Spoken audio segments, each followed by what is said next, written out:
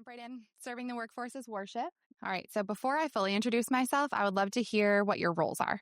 So if you can just shout out your role, you don't all have to, but it just helps to give me a sense of where in your workplace you are worshiping.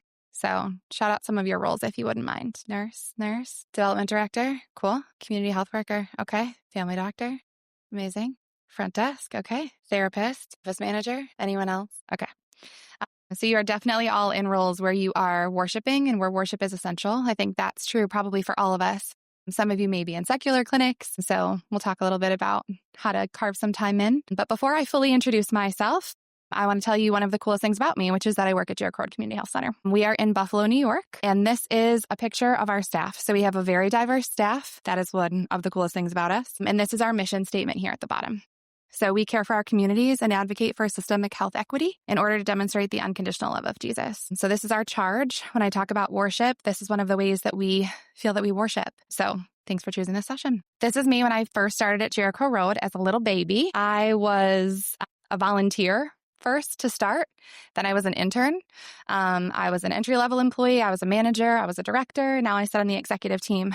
So it has been a journey, but it's been a real blessing to be able to see multiple different vantage points in the organization.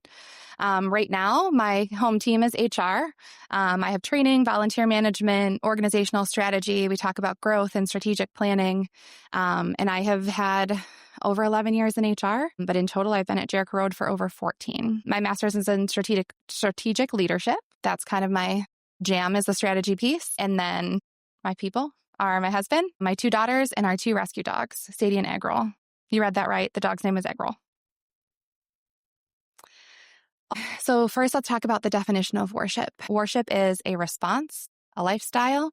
It is obedience, a collective act, an expression of gratitude. Worship is the worthiness of God. It is God deserving recognition. In Hebrew, the word worship means to bow. In Greek, it means to show reverence. Is there anything anyone would add to this list? Anything you think of when you think of worship or the definition of worship? So how is work an act of worship? If worship is a response, if it's a lifestyle, if it's obedience, that actually sounds exactly like what we're doing every day that you show up.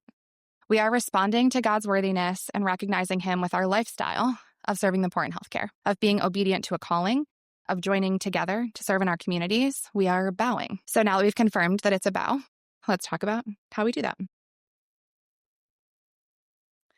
Romans 12:1.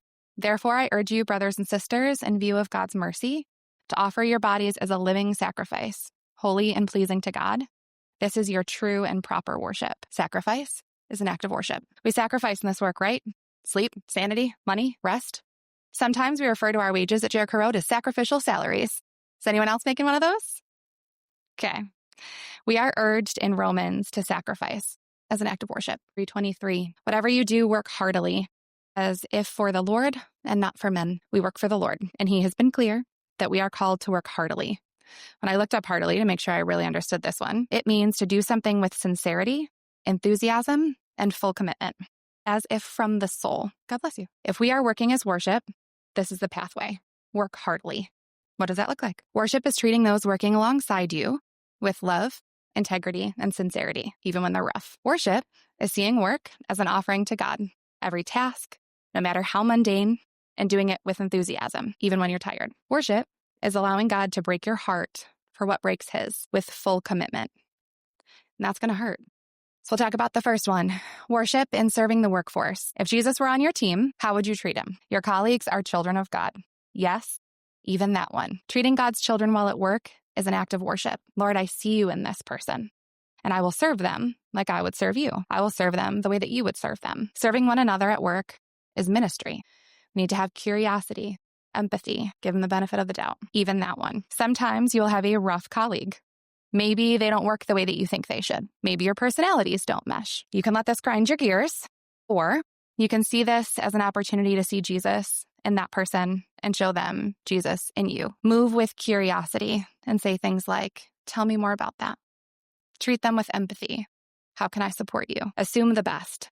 Maybe they didn't mean to talk to me that way. If we are hiring from the communities we serve in, the folks that we work with are the folks that we work for. They may have transportation barriers that make them late to work, childcare issues that make them call in, chronic health conditions and unsafe living conditions that can be challenging. distracting, and heavy to constantly carry. That whole leave your home life at home thing, it's a myth. We are all walking into work every single day, carrying the night before, carrying the morning of, carrying everything in between. So we're all going to need just a little bit more grace. Before we discipline the chronic tardiness, let's ask if there's something that leads to it.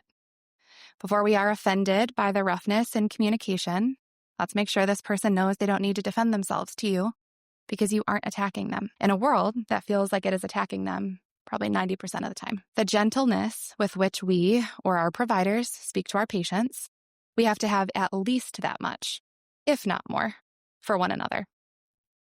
If I wouldn't want my team to roll their eyes at the 30th patient at the front office window, I cannot roll my eyes at the 30th team member that needs something from me as an administrative person. What we pour into them is what they will pour into our patients. What are you pouring into your teams? Mother Teresa said, if you want to change the world, go home and love your family. If you want to change your community, you can start with loving your team. 1 Peter 4:10, God has given each of you a gift.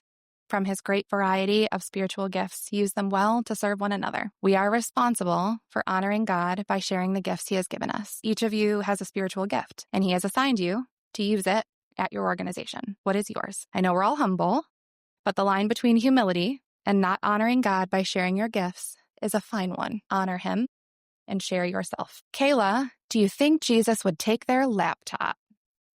Some of you are here, maybe because you're in HR. Some of you said you were in leadership. So as you know, from time to time, we need to help someone separate from the organization. One day, after a particularly difficult termination conversation in which I did all the things, right? Explained the benefits, final paycheck, asked for their laptop and badge, and after they left, our CEO said to me, Kayla, do you think Jesus would take their laptop? Like, do you think in this very hard moment for them, Jesus would be worried about taking their laptop and stripping their things from them? And I'll be honest, I had never thought about it. This is an HR process. This is what we do. This is mitigating the risk. Now, someone separating is one of the riskier points of an employee's experience. You're mitigating that risk by taking their badge and their laptop. However, how you do this, how the conversation goes, your posture, your sensitivity can be an opportunity to show them Jesus. I am not telling you whether or not you should take their laptop, but I am telling you that you should think about how you serve someone in arguably one of the hardest moments of their time with you. That moment is not about you. Your frustration, how you may feel about them, or anything that they've done, that moment is really, really, really about them. The way that we serve them in that moment is an opportunity to show grace and love in recognition of the grace and love that Jesus has shown to us. It's worship.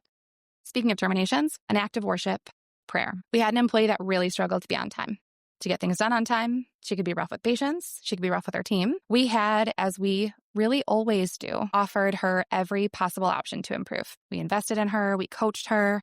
We had patience. We had grace. We had a million conversations. With no options left, some pretty egregious things that were challenging, we released her.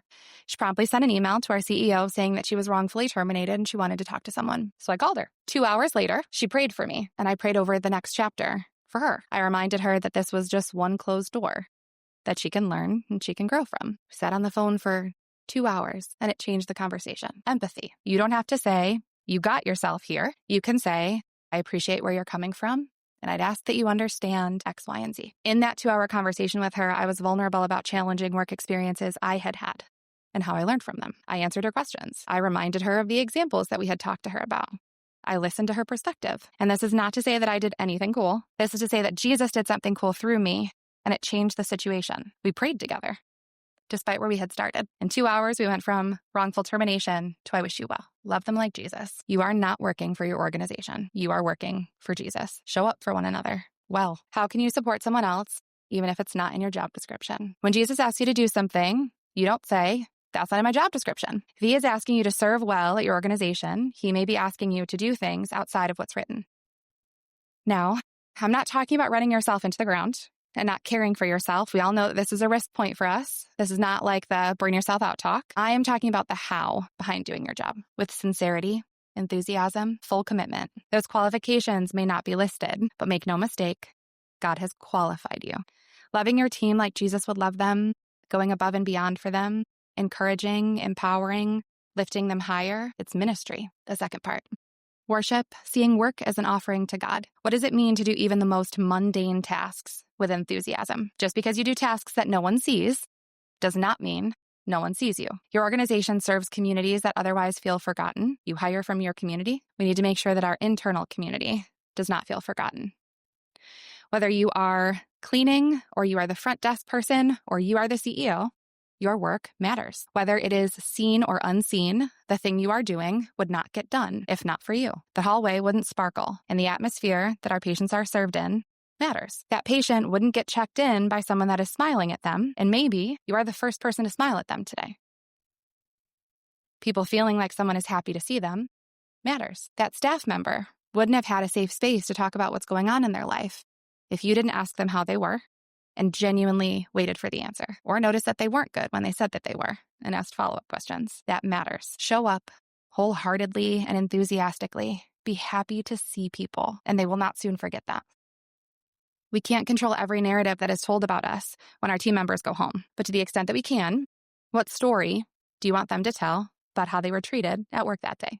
Psalm 102. Worship the Lord with gladness. Come before him, singing with joy. We are called to worship with gladness, joy, song apparently. The way we worship matters, and if we are called to sacrifice and work heartily as worship, we are called to do it with gladness. Sing me home. She doesn't know I'm about to tell this story. Coming from an FQHC, so it's rough out here right now. We are worried about funding cuts and layoffs and Medicaid and grant clawbacks. It's a very special time. A few weeks ago, I had spent all day in our conference room. Meetings, projects, worry. Needless to say, by the time I was headed out for the day, I was less than enthusiastic. I was not joyful. But as I slumped out of the conference room to head home, thinking I was the only person left in the building, I walked down the hall to hear one of our people singing at her desk. It was late. I knew she had a lot on her plate. She was there when I came in, and I was leaving, and she was still there, singing. And let me tell you that I thought about her sitting at that desk, working along on her goodness knows what hour that day, singing for weeks. I still think about it because she was joyful and enthusiastic, and no one was left in the building. No one was actively thanking her or seeing her. There was no one to sing for, except Jesus. She sang like she knew he was listening, because he was. Worship at work is singing at your desk when you're sitting there alone, because you know you aren't really sitting there alone. And the impact that had on me, well, I'm here at a conference weeks later telling you about it, so I'd say it stuck with me. Since then, even when the days are difficult and long and I slump out of the conference room, I sing on the way home because of her and just for him. Worship is allowing God to break your heart. Following Jesus into the neighborhoods we work in is going to break our hearts. We don't have to do this work, though.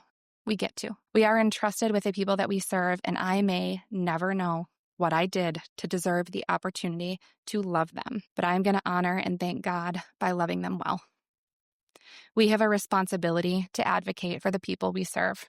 We are loud speakers for the people no one listens to. Worship is the intimate act of honoring God. Honoring God means loving his people, even when it's hard, even when it hurts. Our goal is not to succeed by the world's standards, but to use what we've got for the good of others and the glory of God. And it's going to hurt. But to worship God because he is worthy is to remind each other of our own worthiness in him. Our neighbors are worthy of love and belonging. They are worthy of your advocacy for them. They are worthy of you getting out of your comfort zone and educating people about your unhoused or marginalized or refugee or asylum-seeking neighbor. And he chose you by calling you to your organization in this particular work, in this particular season, because you are supposed to lift your voice in worship by advocacy. Proverbs 31:9. Speak up for those who cannot speak for themselves. Ensure justice for those being crushed. Yes, speak up for the poor and helpless and see that they get justice. No notes. This one feels super clear.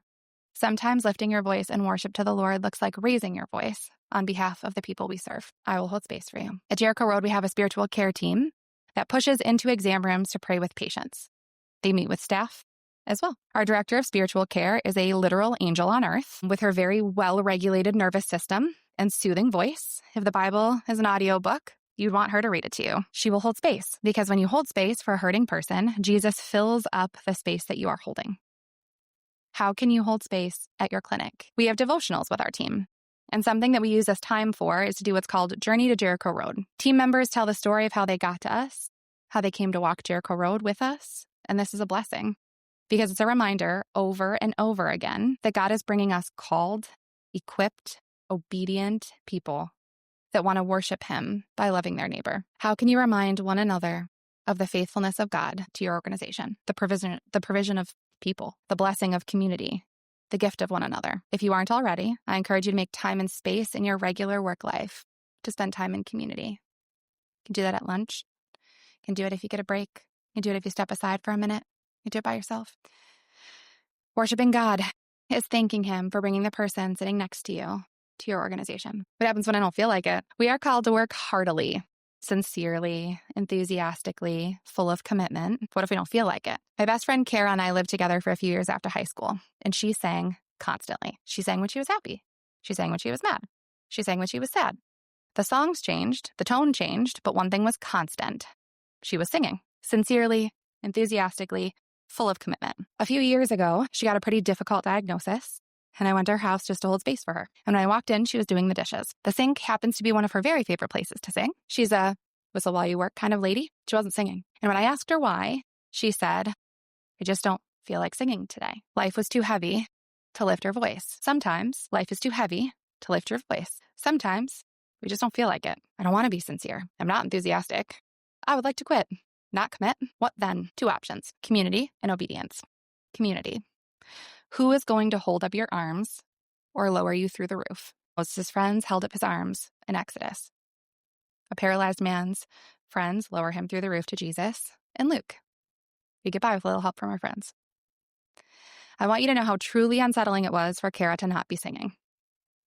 I also need you to know that I am tone deaf, and I do not sing unless I am alone in the car. Catch me during worship tonight, I will be lip syncing. But I did sing then. I didn't know what to do.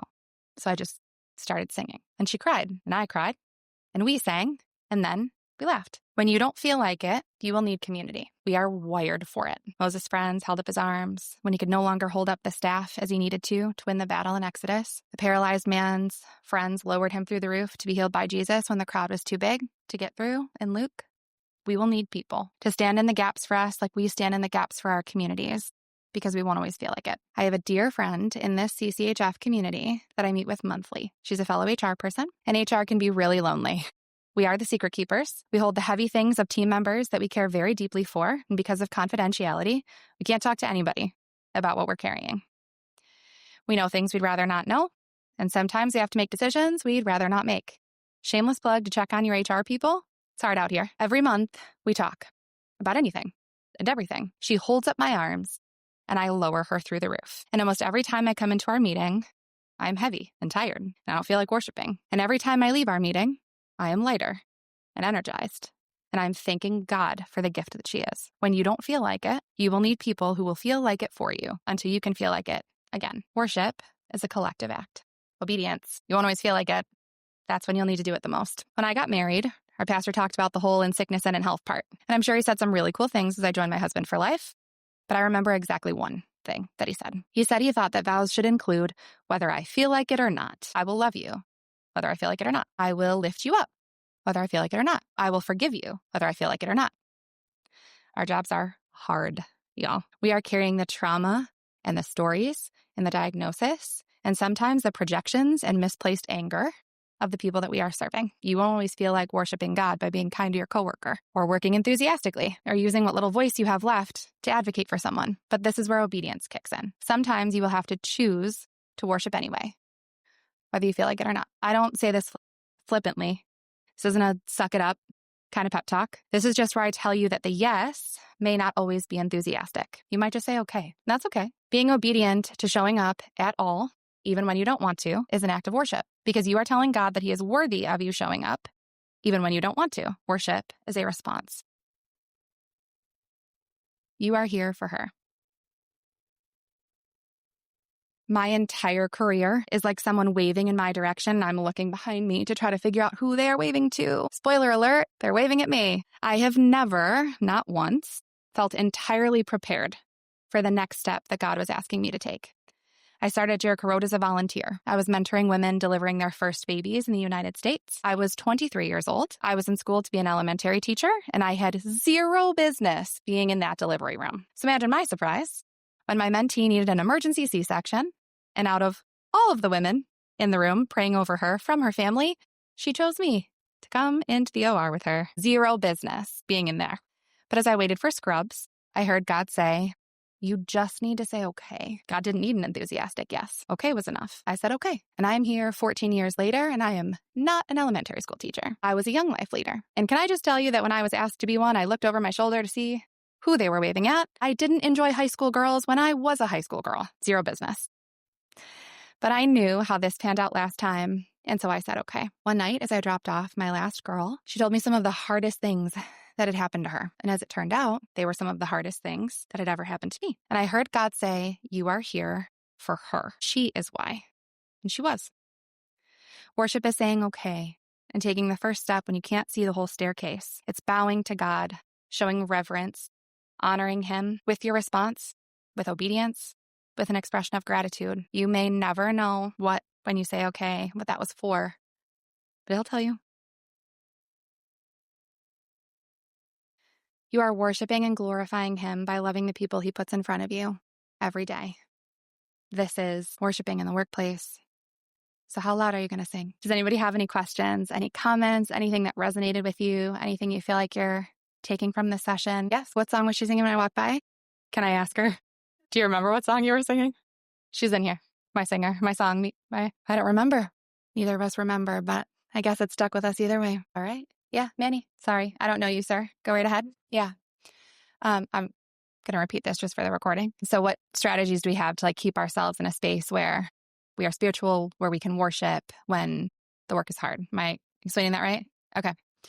I think, so I heard a description once that I think has stuck with me, that whatever is in your coffee cup is what will spill out if somebody bumps into you. So if there is negativity in there, if there's some toxicity in there, if there's lies and anger and frustration and somebody bumps into you, that's what spills over. If that coffee cup is full of Jesus and scripture and worship and positivity and a heart and a posture of service, that's what will spill out when somebody bumps into you.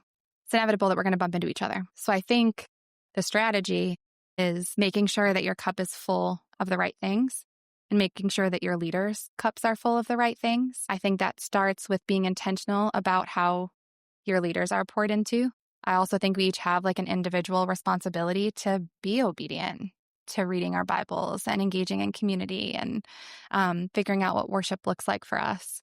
So I think it's an individual piece, but I also think it's a collective piece of just encouraging each other.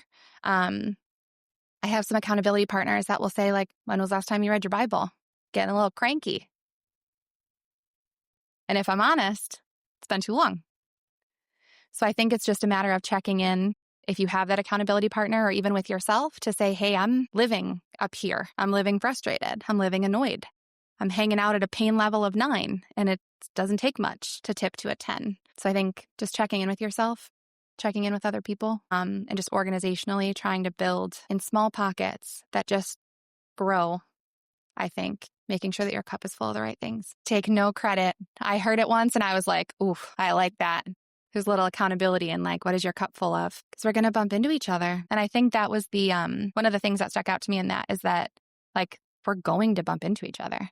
This is not a how do we avoid bumping into each other? We're going to. So how do we handle that? And I know that for me, when my cup isn't full of the right things, I am living annoyed. My millionth email, the millionth project, the millionth thing that hasn't gone well. But how do we recognize that and bring it back down to a place that is manageable and pour the right things into our cup, or find people who pour the right things into our cups? So just navigating kind of different mindsets. Is that differences in faith? Is that differences in just posture? How would you articulate those differences? Yeah?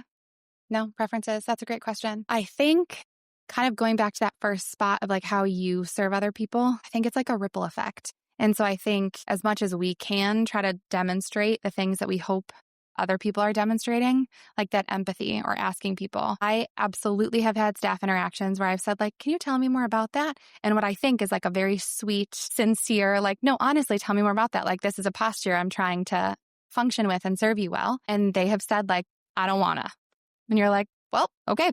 But you just keep trying and showing up and being who you are and trying to find people who are also kind of functioning that way to keep you encouraged. But I think we just keep serving and loving. And I think in my experience, I have not seen a time that doesn't eventually stick. It just, you have to not tap out. And that's the hardest part. The hardest part is not tapping out. Over time, I think it has worked. And I have seen some mindset shifts on whole teams start with 1 or 2 people if you just keep at it. I would also say, and I think we talk about this a lot at Jericho Road, like leaders aren't just in title. And I know that's like a very common thing to say is like, you don't need a title of a leader to be a leader, but that is true. Like your posture as a staff member, wherever you find yourself, can really influence how other people function and how they interact with you, and ultimately, hopefully, how they interact with other people. And so I would say, and wherever you sit, don't underestimate your influence, wherever that is. Because even if your influence is just showing up over and over again to kind of demonstrate the mindset that you have and hope that other people will kind of take on, just kind of keep at it. All right, go get some dinner. I'm going to hang out up here for a few minutes. So if anybody wanted to talk it through a little bit more, ask any other questions, contact information, whatever you'd like, I'll hang out up here for a little bit. Thank you so much for coming.